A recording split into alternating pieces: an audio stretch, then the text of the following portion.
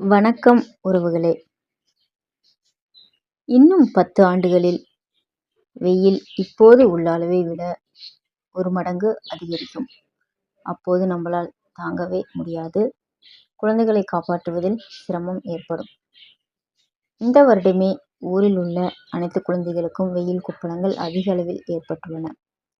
ஆதலால் நமது கிராமத்தை மரங்களால் மூடுவோம். மரம் நடுவோம், இயற்கையை காப்போம். வரும் ஆவணி மாதம் முதல் தமிழகத்தில் மழைக்காலம் துவங்கும். அப்போது நமது கிராமங்களில் அதிக அளவு மரக்கன்றுகளை நட நாம் இப்பொழுதிருந்தே திட்டமிட வேண்டும். ஒவ்வொரு குடும்பமும் தலா ஒரு 10 மரக்கன்றுகளை நட்டால் நமது கிராமம் பசுமையால் சூழும். இதேபோல் ஒவ்வொரு வருடமும் நம் மரக்கன்றுகளை நட திட்டமிட்டால் 2030க்குள் தமிழகம் முழுவதும் குளிர்ந்து போகும். அவரவர் ஊர்களில் சிறு சிறு குழுக்களாய் இணைந்து மரக்கன்றுகளை நடும் பணியை துவங்குவோம். பொது இடங்களில் புங்கை மரம், வேப்பை மரம், அரச மரம் போன்ற மரங்களை நடும்போது அந்த மரங்கள் பெரிதாகி நமக்கு நிழல் தரும். வெயிலின் தாக்கத்திலிருந்து நாம் இயற்கையை காப்பாற்ற முடியும். நீ படுறா படிடா. இது உங்கள் சொத்து. மறக்க போறாங்க ஐயா. இது உங்கள் சொத்து. மறக்க போறா. இது உங்கள் சொத்து. சொல்லு, யார் சொத்து? இது இயற்கை என்பது நமது சொத்து. நமது சொத்தை பாதுகாப்பது நமது கடமை. பாதுகாத்து அடுத்த தலைமுறையினருக்கு நம் இயற்கையை பரிசளிப்போம். இந்த சேனலை நீங்க இன்னும் சப்ஸ்கிரைப் பண்ணலைன்னா சப்ஸ்கிரைப் பண்ணி சப்போர்ட் பண்ணுங்க. This video sponsored by Mode e-shopping app. இந்த ஆப்பில் நம்ம அன்றாடம் பயன்படுத்தக்கூடிய அனைத்து விதமான வீட்டுப் பொருட்கள் எல்லாமே தரமாகவும் விலை குறைவாகவும் உங்களுக்கு கிடைக்குது. இந்த ஆப் பற்றி உங்களுக்கு தெரிஞ்சுக்கணும் அப்படின்னா இந்த ஆப்புடைய லிங்க்கை நான் டிஸ்கிரிப்ஷன் பாக்ஸில் தர்றேன். நீங்களும் டவுன்லோட் பண்ணி செக் பண்ணி பாருங்கள்.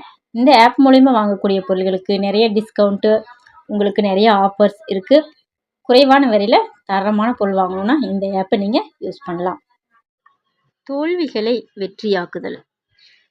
சாதனையாளர்களில் பலரும் தங்கள் அகராதியிலிருந்து தோல்வி என்கின்ற வார்த்தையை அகற்றிவிடவே விரும்புவார்கள். அவர்களை பொறுத்தவரை அது ஒரு ஃபீட்பேக். தோல்வி ஒரு நிலை, அது நிரந்தரமல்ல. அந்த நிலை எளிதாக மாற்றப்படக்கூடியது என்றே அவர்கள் நம்புவார்கள். தவறுகளில் காரணமாய் தோற்கிறோம், ஆனால் அந்த தவறுகளிலிருந்தே பாடமும் கற்றுக்கொள்கிறோம். வெற்றியாளர் தோல்வி பற்றி கலங்குவதில்லை, தோல்வியிலேயே துவண்டு கிடப்பதும் இல்லை. ஏன் தோற்கிறோம், எப்படி தோற்கிறோம் என்று காரணங்களை ஆராயத் தொடங்குகிறார்கள். அதிலிருந்து உடனே மீள்வதற்கான நடவடிக்கைகளை மேற்கொள்கிறார்கள். உலக கோடீஸ்வரர்களை பாருங்கள். அவர்கள் மிகப்பெரிய தொழிலதிபர்களாய் புகழ் பெற்று விளங்குவார்கள். அவர்கள் தோற்காமல் இல்லை, தோல்வியை பொருட்படுத்தாமல் தொடர்ந்து இயங்கிக் கொண்டே இருப்பார்கள். அவர்களுடைய மிகப்பெரிய வெற்றிகள் அவர்களது ஆரம்பகால தோல்விகளை மறக்கச் செய்து விடுகின்றன. நீங்கள் சாதிக்க நினைக்கும் துறையில் அறிவை வளர்த்து கொள்ளுங்கள். தினமும் புதிய புதிய தகவல்களை, குறிப்பாக நீங்கள் சாதிக்க நினைக்கும் துறை சார்ந்த தகவல்களை கிரகித்தபடியே இருங்கள். அந்த அறிவை செயல்படுத்துங்கள். உங்கள் குறிக்கோள்கள் அடைவதில் நீங்கள் தொடர்ந்து முயற்சி செய்து கொண்டே இருங்கள். எந்த ஒன்றும் அவற்றை தடைப்படுத்திவிடக் கூடாது. உங்கள் வாழ்வில் நீங்கள் இடமளிக்காமல் தோல்வி ஏற்படுவதில்லை. வெற்றியைப் போலவே தோல்வியும் விளைவுகளை ஏற்படுத்துகிறது. தோல்வியும் வெற்றியும் ஒரு பகுதியே. நீங்கள் தோல்விகளை வெற்றியாக்குங்கள், சாதனையாளராக மாறுங்கள். உங்களது வாழ்விலும் வெற்றிகள் மலர என்னுடைய வாழ்த்துக்கள். வாழ்க வளமுடன்.